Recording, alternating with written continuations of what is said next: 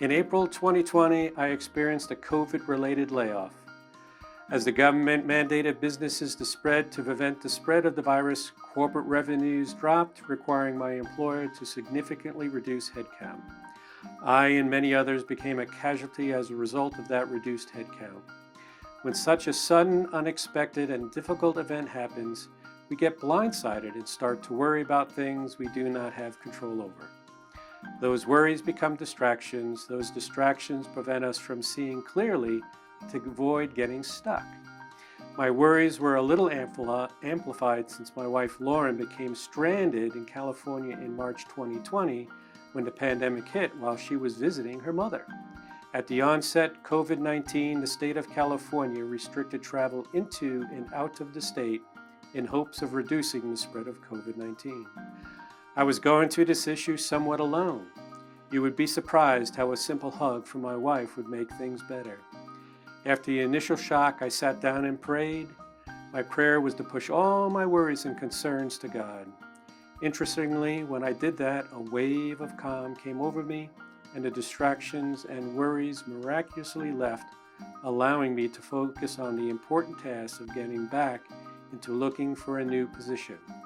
I also was faced with the arduous task of investigating and navigating the unemployment system for the state of Colorado, which was overwhelming by the huge influx of pandemic-related unemployment claims. Daily prayer was necessary to keep me focused and on track.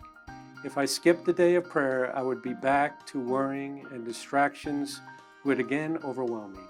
Staying in constant contact with God allowed me to see clearly without the paralyzing distractions.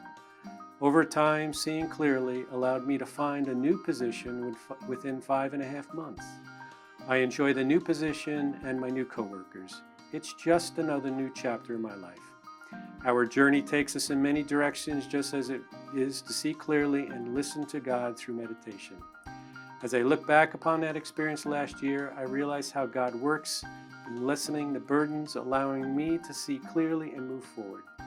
When we get stuck, we stop moving forward and become paralyzed as things start looking dark and unattainable.